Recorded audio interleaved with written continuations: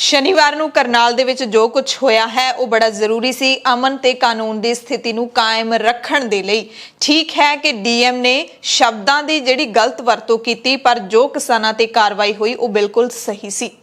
बिल्कुल ठीक तुसीं सुन रहे हो, ये हरियाणा दे मुख मंत्री मनोहर लाल खट्टर दा बयान है करनाल दे विच हुई घटना नूं लैके। मुख मंत्री मनोहर लाल खट्टर चंडीगढ़ दे विच पहुंचे, खास करके प्रैस क्लब दी चोण उन्होंने की। अपनी सरकार दे 2500 दिन पूरे होण ते अपनी सरकार दीयां प्राप्तियां गणवाइयां। एक पासे मनोहर लाल खट्टर हरियाणा दे मुख मंत्री प्रैस कॉन्फ्रेंस करते रहे ते दूसरे पासे सैक्टर 19 दे विच किसान अते उन्हां दे हमायती ने जिहड़े वो धरना ला के बैठे रहे, खट्टर साहब दे खिलाफ नारेबाजी करते रहे। पर मनोहर लाल खट्टर ने करनाल दे विच होई घटना नूं जायज़ दस्सिया है, पूरी तरह दे नाल जायज़ दस्सिया है। कहा कि सख्ती जरूरी सी।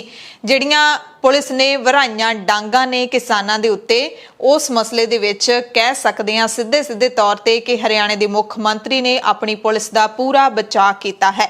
हालांकि इन्ना क जरूर मन्निया कि सिर पाड़न वाली जिहड़ी टिप्पणी कीती गई सी एसडीएम दे वल्लों वो बिल्कुल गलत सी। बिल्कुल गलत असीं कह रहे हां। उन्होंने इन्ना क कहा कि शब्दां दी चोण सही नहीं सी, यानी कि शब्द होर चुन लए जांदे, किसानां दे सिर पाड़न दी थां कुछ होर कह दित्ता जांदा।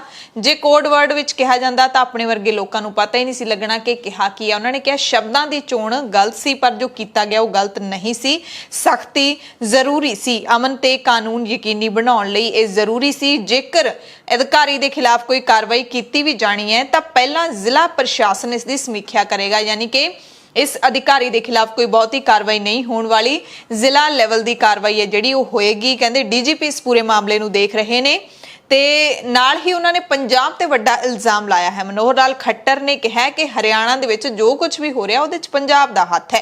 कहते जे पंजाब सरकार अते पंजाब दे किसान लीडरां दी मिली भुगत ना हुंदी तां किसान लीडर बलवीर सिंह राजेवाल, पंजाब दे मुख मंत्री कैप्टन अमरिंदर सिंह दे मूंह च लड्डू ना पाउंदे। काले झंडे दिखाएं को रोकना।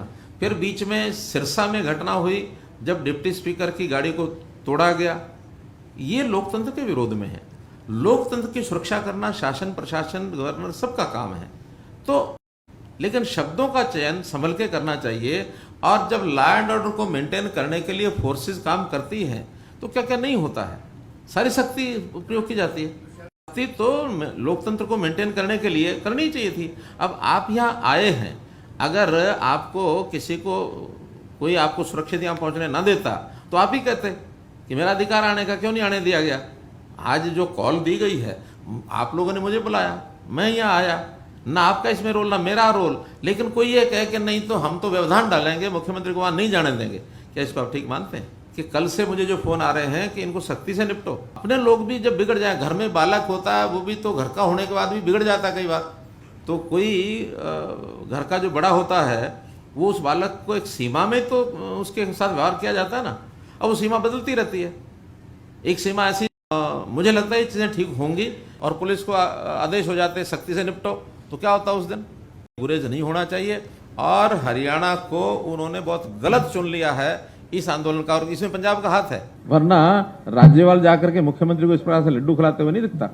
सो मुख मंत्री मनोहर लाल खट्टर ने जो कुछ आज की प्रैस कॉन्फ्रेंस दे विच कहा तुसी साफ साफ सुनिया है। उन्होंने कहा अंदोलन के नां ते जो हो रहा है उहदे लई हरियाणा नूं गलत चुनिया गया है। पंजाब की शह दे उत्ते हरियाणा दे विच सब कुछ हो रहा है। जदों करनाल दे विच किसानां दे उत्ते भारी लाठीचार्ज होया, उस तो बाद पंजाब के मुख मंत्री कैप्टन अमरिंदर सिंह ने सख्त शब्दां विच निखेधी कीती अते नाल ही हरियाणे की सरकार नूं ताड़ना भी कीती सी कि जे तुसी किसानां ते इसे तरह जुल्म ढाउंदे रहे तां आउंदियां चोणां दे विच तुहानूं तुहाडी औकात दस दित्ती जाऊगी।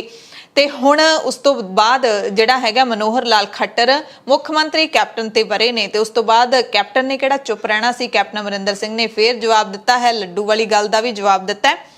कहते किसानां दे देश व्यापी गुस्से दे लई सिर्फ बीजेपी जिम्मेवार है। यह ट्वीट किया है रवीन ठकुराल, कैप्टन अमरिंदर सिंह दे मीडिया सलाहकार।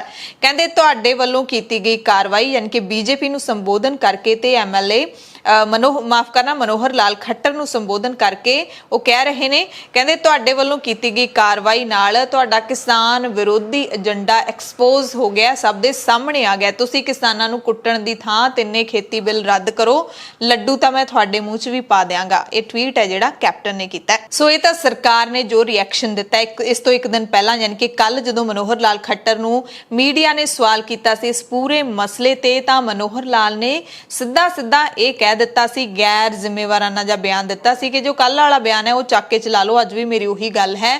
ਮੂੰਹ ਤੇ ਮਾਸਕ ਪਾਇਆ ਸੀ ਜਿਹੜਾ ਉਹਨੂੰ ਸਵਾਰਦੇ ਹੋਏ ਉਹ ਨਿਕਲ ਗਏ ਸੀ, ਮੀਡੀਆ ਦੇ ਸਵਾਲ ਪਿੱਛਾ ਕਰਦੇ ਰਹੇ, ਪਰ ਮਨੋਹਰ ਲਾਲ ਖੱਟਰ ਕੰਨ ਤੇ ਮੂੰਹ ਲਪੇਟ ਕੇ ਤੁਰਦੇ ਬਣੇ ਸੀ। ਤੇ ਅੱਜ ਵੀ ਜਿਹੜਾ ਬਿਆਨ ਦਿੱਤਾ ਹੈ ਉਹ ਕੋਈ ਆਪਾਂ ਕਹਿ ਨਹੀਂ ਸਕਦੇ ਕਿ ਕਿਸੇ ਸੂਬੇ ਦੇ ਮੁੱਖ ਮੰਤਰੀ ਦੇ ਵੱਲੋਂ ਦਿੱਤਾ ਗਿਆ ਬਿਆਨ ਹੈ, ਕਿਉਂਕਿ ਇੱਕ ਬਹੁਤ ਵੱਡੀ ਪੋਸਟ ਦੇ ਉੱਤੇ ਜਿਹੜੇ ਬੈਠੇ ਹੁੰਦੇ ਨੇ ਲੀਡਰ, ਉਹਨਾਂ ਦੇ ਲਈ ਬੜਾ ਜ਼ਰੂਰੀ ਹੁੰਦਾ ਹੈ। ਆਪਾਂ ਥੋੜਾ ਜਿਹਾ ਕੰਪੇਅਰ ਜੇ ਕਰ ਲਈਏ ਤਾਂ ਪਿਛਲੇ ਦਿਨੀ ਕੈਨੇਡਾ ਦੇ ਜਿਹੜੇ ਪ੍ਰਧਾਨ ਮੰਤਰੀ ਜਸਟਿਨ ਟਰੂਡੋ, ਕਿਉਂਕਿ ਕੈਨੇਡਾ ਦੇ ਵਿੱਚ ਚੋਣਾਂ ਹੋਣ ਜਾ ਰਹੀਆਂ ਨੇ ਆਉਂਦੇ ਸਤੰਬਰ ਮਹੀਨੇ 'ਚ, ਜਸਟਿਨ ਟਰੂਡੋ ਦਾ ਬੜੀ ਥਾਈਂ ਹੁਣ ਵਿਰੋਧ ਹੋ ਰਿਹਾ ਹੈ। ਤੇ ਜਸਟਿਨ ਟਰੂਡੋ ਨੇ ਬਿਆਨ ਪਤਾ ਕੀ ਦਿੱਤਾ ਸੀ, ਇੱਕ ਥਾਂ ਤੇ ਤਾਂ ਉਹਨਾਂ ਨੂੰ ਰੈਲੀ ਨਹੀਂ ਕਰਨ ਦਿੱਤੀ ਗਈ, ਟਰੂਡੋ ਦਾ ਵਿਰੋਧ ਹੋਣ ਲੱਗ ਗਿਆ, ਬੱਸ ਦੇ ਵਿੱਚੋਂ ਉਤਰੇ ਹੀ ਨਹੀਂ, ਕੈਂਪੇਨ ਬੱਸ ਦੇ ਵਿੱਚ ਚੜ ਕੇ ਚਲੇ ਗਏ, ਰੈਲੀ ਰੱਦ ਕਰਤੀ ਸੀ।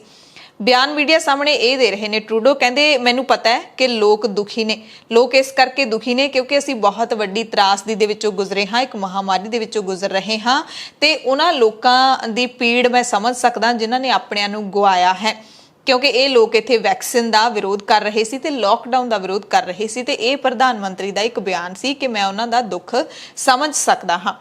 ਪਰ ਇੱਥੇ ਲੀਡਰਾਂ ਦੇ ਵੱਲੋਂ ਚਾਹੇ ਕਿਸੇ ਦੀ ਮੌਤ ਹੋ ਜੇ, ਚਾਹੇ ਕੋਈ ਖੂਨੋ ਖੂਨ ਹੋ ਜੇ, ਪੁਲਿਸ ਕਿੰਨਾ ਮਰਜ਼ੀ ਡੰਡਾ ਵਰਾਵੇ, ਪਰ ਸਾਡੇ ਜਿਹੜੇ ਮਿਨਿਸਟਰ ਨੇ ਉਹ ਕਹਿ ਦਿੰਦੇ ਨੇ ਕਿ ਇਹ ਸਭ ਜਾਇਜ਼ ਸੀ, ਅਮਨ ਤੇ ਕਾਨੂੰਨ ਦੀ ਜਿਹੜੀ ਸਥਿਤੀ ਨੂੰ ਕਾਬੂ ਰੱਖਣ ਲਈ। ਫਿਲਹਾਲ ਕਿਸਾਨ ਵੀ ਲਗਾਤਾਰ ਡਟੇ ਹੋਏ ਨੇ।